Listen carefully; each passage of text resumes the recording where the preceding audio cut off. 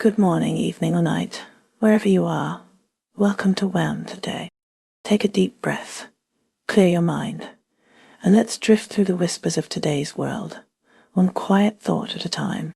As we wrap up Friday, 30th May 2025, let's see what stories are unfolding around us. Canada is struggling with massive early-season wildfires in the prairie provinces, severely impacting air quality across eastern North America and straining emergency services. The Bird River and border fires in northern Manitoba remain uncontained. Wildfires have already burned about 200,000 hectares this year, 3 times Manitoba's yearly average. Turning to the United States, Volkswagen is planning a significant investment to avoid tariffs, with CEO Oliver Bloom meeting with the Donald Trump administration.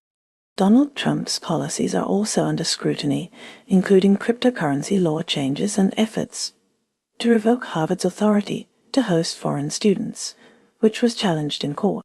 Academic Nita Crawford warns that Donald Trump's war threats could dramatically increase emissions. The U.S. is reassessing its military presence in the region to counter China and might reduce forces in South Korea. Tariff defense. Pete Hegseth met with Singapore Prime Minister Lawrence Wong, affirming strong US-Singapore defense ties. Washington disclosed that about 500 U.S. military personnel are stationed in Taiwan, signaling increased defense support.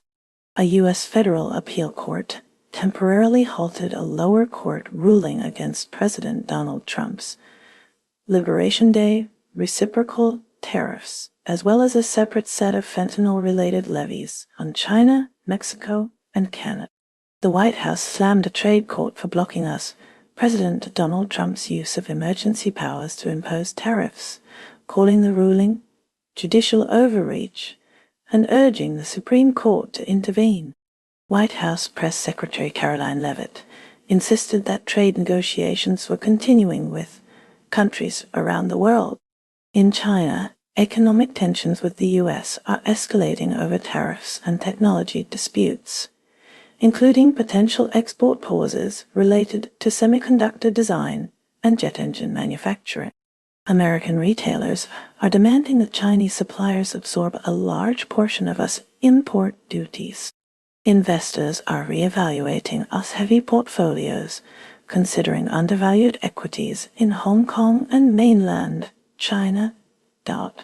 Liang Ping warns that financial sanctions could become a new battleground in China-U.S. rivalry. The Chinese embassy in Washington protested the alleged xenophobic revocation of Chinese student visas. Meanwhile, in South Korea, Lee Jae-myung suggested US troops could be critical for containing China. However, the U.S. is evaluating potential troop reductions in South Korea as part of its strategy against China. Back in Taiwan, the U.S. revealed it has approximately 500 military personnel stationed there, indicating increased defense support. Shifting to Singapore, US Secretary of Defense Pete Hegseth met with Prime Minister Lawrence Wong, reiterating strong US-Singapore defense cooperation and a commitment to regional stability. In Iran, officials dismissed speculation about a nuclear deal with the U.S., insisting on full sanctions relief and the continuation of Iran's nuclear program. Over in Thailand, the Attorney General's office will not prosecute an American academic arrested on a royal defamation charge, and the U.S. scholar has left Thailand. Finally, in Virginia, the Republican nominee for governor, Winsome Earl-Sears, has tried to distance herself from her anti-abortion record, which previously included support for a 15-week ban and a desire to make abortion illegal in almost all cases. China is expanding its influence on multiple fronts. The Tianwen-2 spacecraft launched on the Long March 3B rocket, seeking to retrieve samples and achieve scientific advancements. A new international mediation body has been established in Hong Kong, involving over 30 developing nations like Pakistan and Indonesia, aiming to solidify Hong Kong's role in dispute resolution. China agreed to lift its ban on Japanese seafood imports, which had been in place following the Fukushima wastewater release, signaling a potential thaw in relations with Japan as US trade dynamics shift. Chinese tech firms are increasingly using domestically produced chips to prepare for an AI-driven future. Due to reduced access to NVIDIA processors, China's power grid now employs a quantum-powered diamond ring for real-time instability detection, addressing potential blackouts from renewable energy and aging infrastructure. Shen Wenqing, a top security official, pledged law enforcement cooperation with Moscow on terrorism, separatism, extremism, and drug trafficking. Chinese scientists have developed an AI system to differentiate real nuclear warheads from decoys, potentially affecting disarmament discussion. Admiral Miao Hua, formerly of the Central Military Commission, CMC, is under suspicion of serious legal violations and has been expelled from the legislature. United States. The United States, under the Trump administration, is reportedly pursuing a strategy to decouple from China through trade wars, export restrictions, and possible revocation of student visas. This includes new limits on exporting aerospace technology relevant to China's 919 jet, which relies on Western components. President Trump has accused China of violating a trade agreement reached in Geneva, suggesting a return to more confrontational policies. He stated that China totally violated the 90-day trade truce that had lowered tariffs on both sides. Global economic trends. Asian economies are showing signs of moving away from dependence on the US dollar by creating alternative trade agreements and increasing investments in gold and digital currencies, indicating a move towards a more diverse monetary system. JP Morgan analysts note that global investors are increasingly looking to China's market leaders in technology and energy to diversify their investment portfolios, especially amid geopolitical tensions and economic uncertainty. Other regions' entities. Ford Motor had to temporarily cease production at a Chicago plant due to a shortage of magnets controlled by China, illustrating the use of export controls to disrupt key industries following a tariff agreement. Porsche sales are cooling in China, and the company is facing tariffs imposed by the Trump administration. Japan is navigating a complex landscape of international trade negotiations and strategic alliances. Tariff discussions with the U.S. are ongoing, although a Japanese minister clarified that defense equipment purchases from the U.S. are not tied to tariff reduction. Economy Minister Ryosei Akazawa is traveling to the U.S. with a $6.90 billion spending package aimed at easing tariffs. This package includes expanded semiconductor purchases and increased defense spending. Japan is facing possible delays in the Global Combat Air Program and is considering temporary solutions. In economic news, Japan will provide $1.06 billion in budget support to Bangladesh. This includes a $418 development policy loan. Dr. Daiichi Life is set to acquire a $1.10 billion stake in M&G. Japanese life insurers have reduced their bullish yen hedges on foreign investment holdings to a 14-year low. JERA is exploring LNG purchases from Alaska. The Japanese government is working to resume seafood exports to China. Nippon Steel plans to invest $6 billion in its Japanese mills as it pursues the acquisition of U.S. steel, indicating it will only invest in U.S. steel facilities if it owns the company outright. Domestically, Japan's lower house approved a revised pension reform. Bill Dot. Online brokerage account hijacks are prompting increased vigilance. Nomura smoking ban has led to a decrease in staff smoking rates. In response to the 2024 Haneda collision, Japan revised its aviation law. Nagoya has implemented a stop and stand squad to enforce the ordinance banning walking on escalators. China and Japan are moving closer to an agreement to resume Japanese seafood exports. These exports were banned in 2023 following concerns about treated wastewater discharged from the Fukushima Daiichi nuclear power plant. Roughly 500 Japanese and Chinese college students participated in an exchange event at Renmin University of China in Beijing. Zhou Zhongpeng, a former Peking University doctoral student, has deciphered Japanese professor Shinichi Mochizuki's inter-universal Teichmühle theory U-TED. Russia saw President Vladimir Putin meet with Aiki Abe, the widow of former Japanese Prime Minister Shinzo Abe, at the Senate Palace of the Kremlin. Lithuania is set to cooperate more closely with Japan. Japan is strengthening its cybersecurity capabilities through new laws, international partnerships, and training schemes. Defense Minister Jin Nakatani agreed to deepen cooperation with Lithuania. Cambodia has detained Japanese nationals as part of a joint effort to crack down on fraud centers, according to a Japanese government spokesperson. Bangladesh will receive $1.6 billion in budget support from Japan. This includes a $418 million development policy loan for economic reforms and climate resilience. United Kingdom is currently navigating a complex landscape of economic concerns and evolving political dynamics. The Bank of England's governor, Andrew Bailey, has urged the government to foster stronger ties with the European Union, warning that global trade fragmentation could impede the bank's efforts to manage inflation. Simultaneously, industry stakeholders are expressing unease about a prospective trade agreement with Gulf nations, including Saudi Arabia, fearing that it could put UK farmers at a disadvantage due to differing welfare standards for imported poultry. In the domestic political arena, Prime Minister Keir Starmer has taken aim at Nigel Farage, arguing that the hard-right politician's fiscal policies would be detrimental to the UK economy. The UK government is also facing pressure regarding the conflict in Gaza and is considering sanctions on two far-right Israeli ministers, Itamar Ben-Gvir and Bezalel Smotrich, due to the acute suffering of civilians. More than 300 writers from the UK and Ireland have signed a letter calling for immediate aid and a ceasefire in Gaza. A 99-year lease deal has been struck between Mauritius and the UK over Diego Garcia in the Chagos Islands, which is home to a US-UK naval base.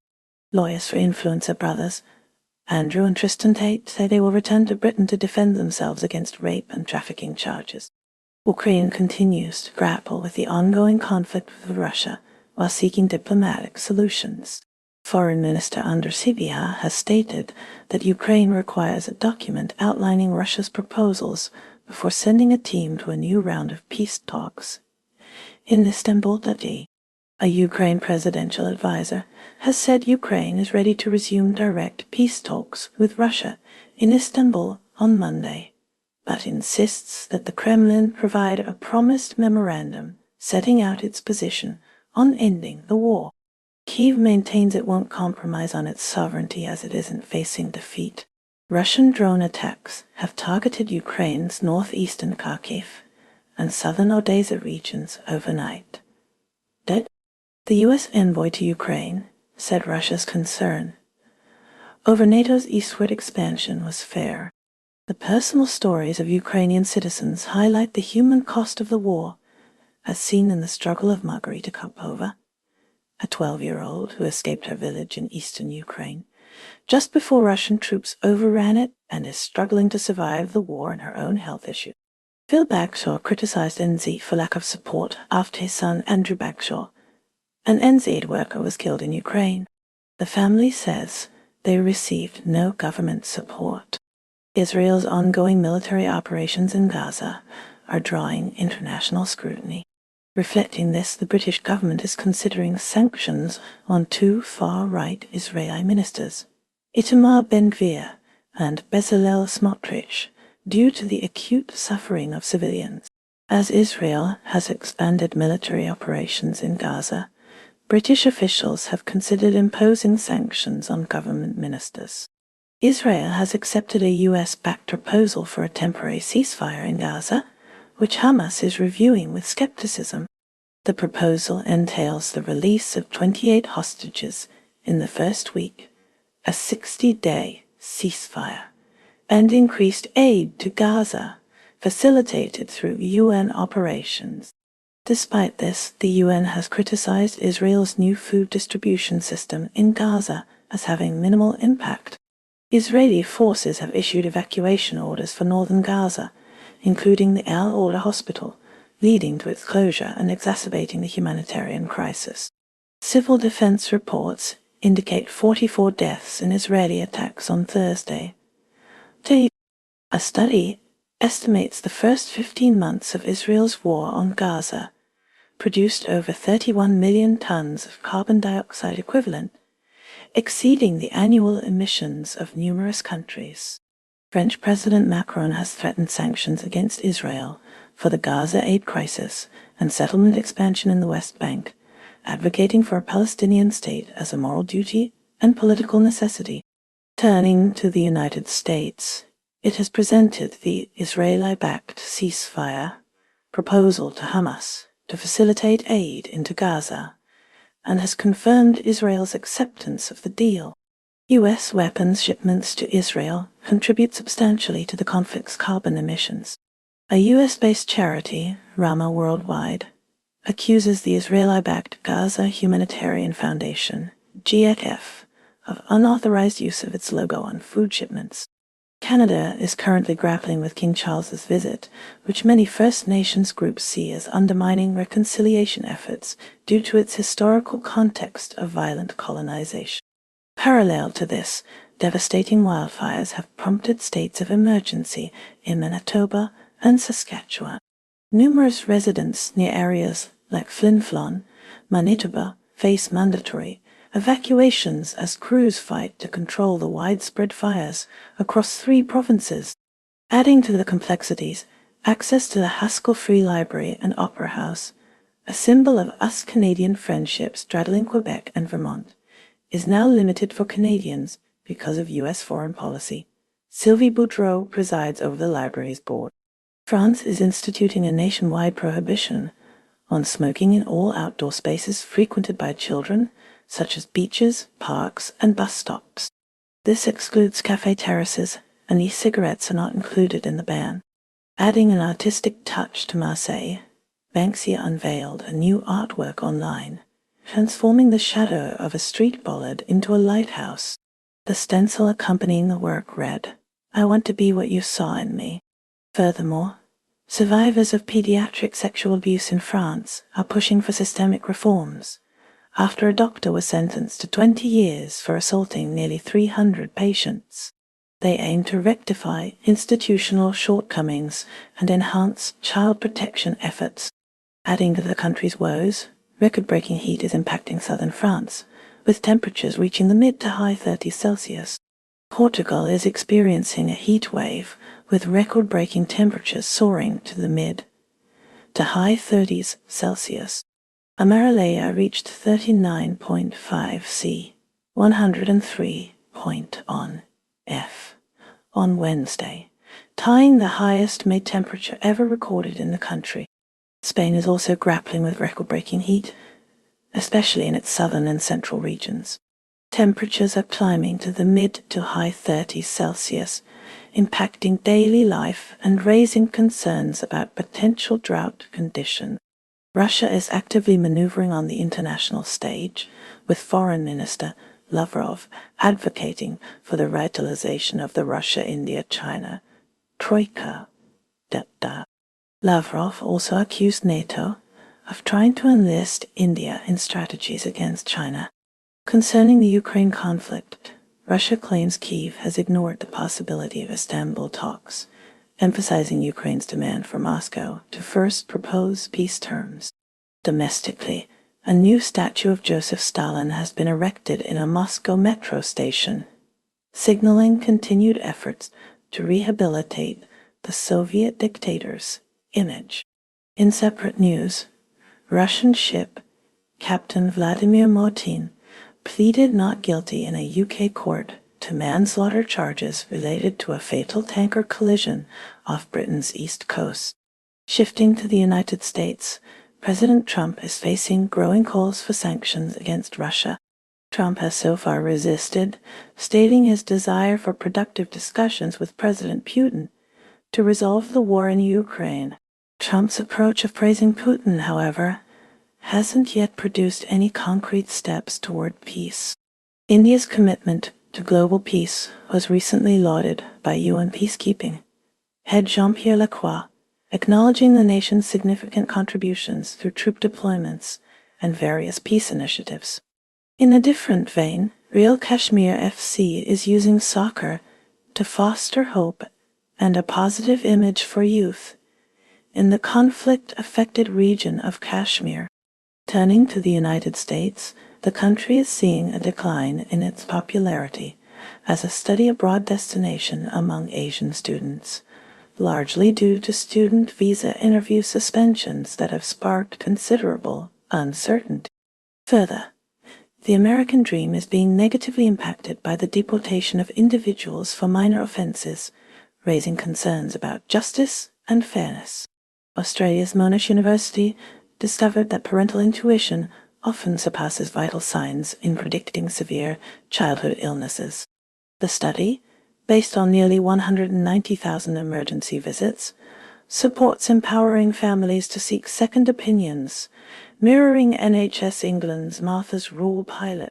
Regarding public health, Health Minister Mark Butler has announced the emergence of a new COVID-19 variant, encouraging Australians to update their vaccination.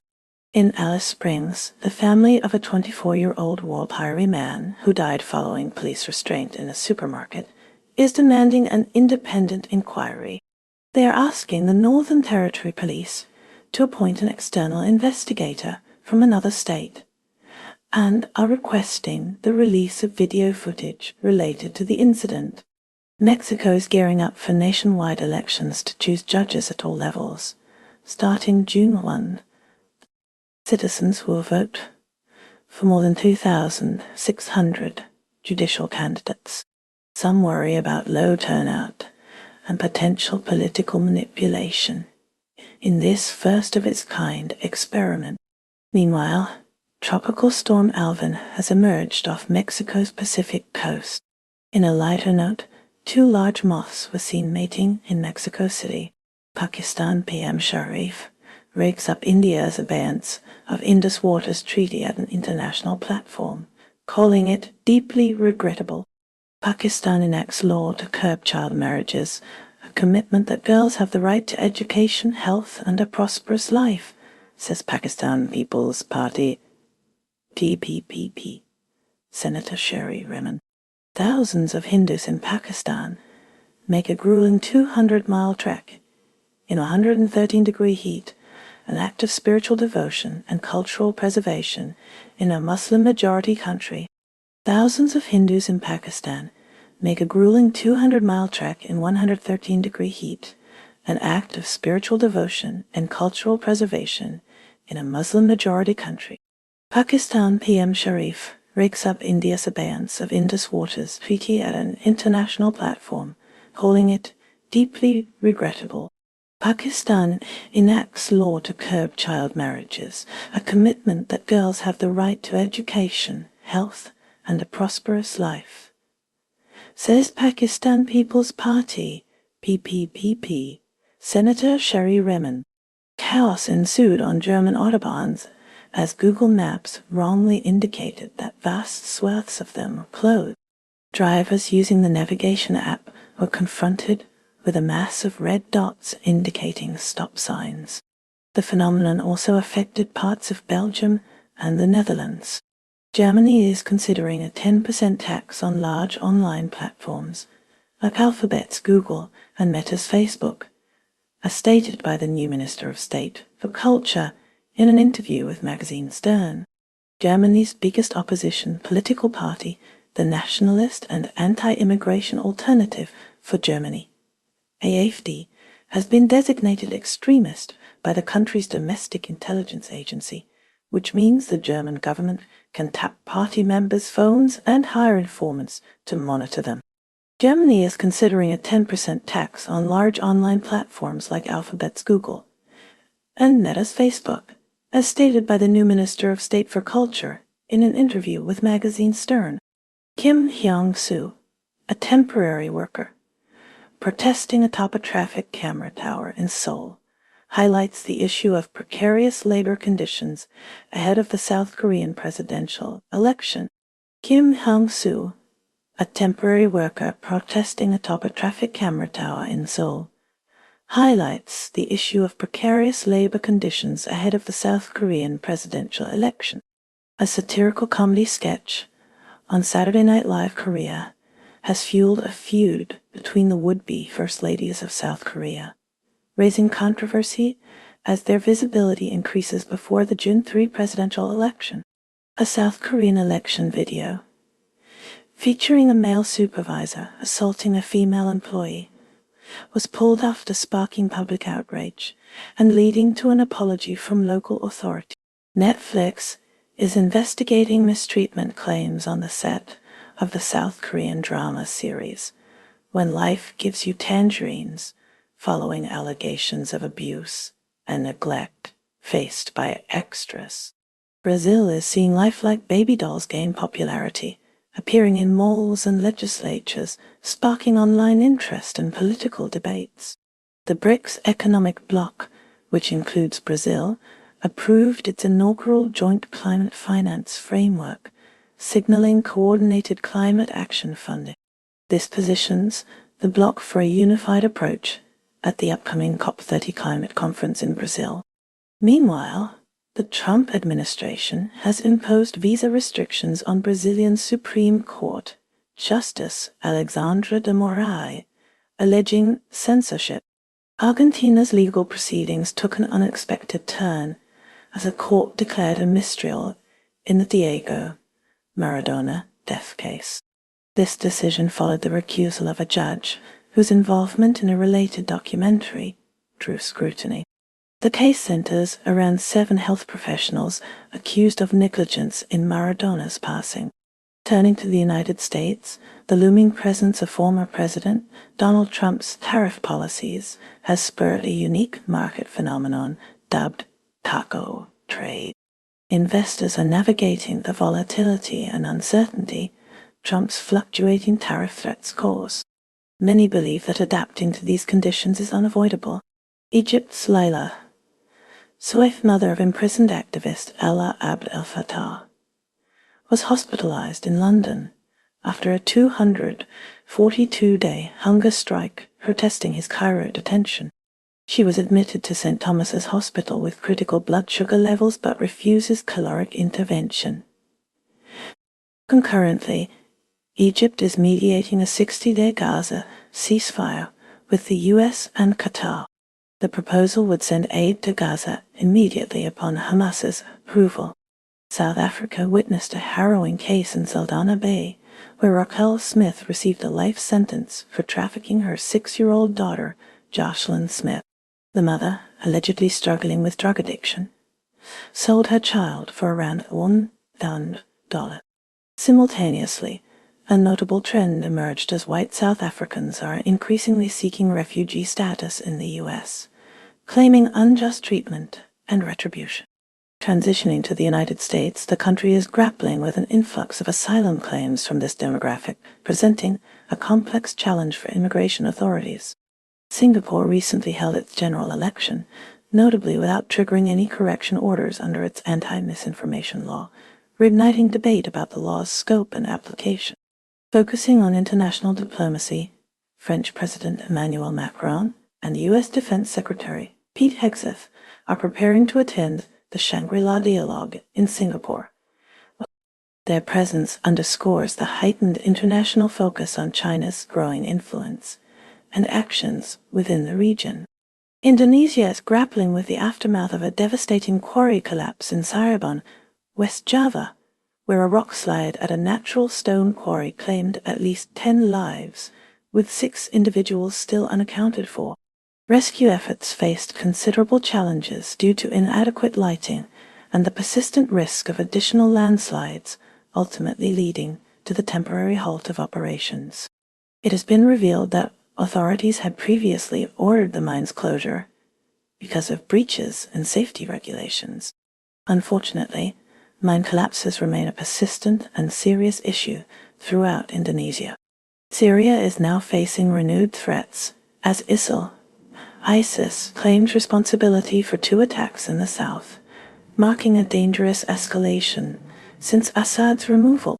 In a symbolic gesture, U.S. envoy Thomas Barrack visited Damascus and raised the American flag over the U.S. ambassador's residence, the first such event in over a decade. Nigeria is currently grappling with the devastating consequences of severe flooding, which has claimed the lives of at least 88 people in Mokwa, a bustling market town within Niger State. This region is prone to seasonal floods, especially impacting those residing near the Niger and Benue rivers. Rescue teams are actively working to recover bodies in the wake of the recent flash flooding. Switzerland is grappling with the aftermath of a devastating glacier collapse in the Swiss Alps, which has largely destroyed the village of Blatten. The destructive event, a mix of ice, rocks, and mud, has left at least one person, a 64-year-old man, missing. Authorities are using drones equipped with thermal cameras to assist in the ongoing search efforts. In related news, Switzerland also faces a heightened risk of flooding due to a separate landslide that has impacted an unspecified village, further straining the country's emergency response capabilities. Kenya faces the grim prospect of its glaciers vanishing, including the iconic Lewis Glacier on Mount Kenya. Even with ongoing climate action, the nation mourns the loss of Mjikitediawa, the celebrated author and intellectual, who died at 87. Wationgo's impactful works, frequently critical of colonialism and societal hierarchies, led to his imprisonment. While incarcerated, he wrote Devil on the Cross, the first modern novel in Gikuyu. His contributions to African literature and his dedication to promoting African languages made him a perennial nominee for the Nobel Prize in Literature. Malaysia is currently navigating complex issues related to technology and cultural norms. The introduction of AI-driven Islamic preachers has sparked controversy. Concerns center on the potential for inaccurate religious interpretations. There are also fears that these AI preachers may replace human religious experts. In other news, K-pop fans are upset about Blackpink's tour. Kuala Lumpur was notably excluded from the group's world tour dates. Many fans believe government censorship is the reason for the omission. These events emphasize the delicate balance between innovation, religious values, and artistic freedom in Malaysia.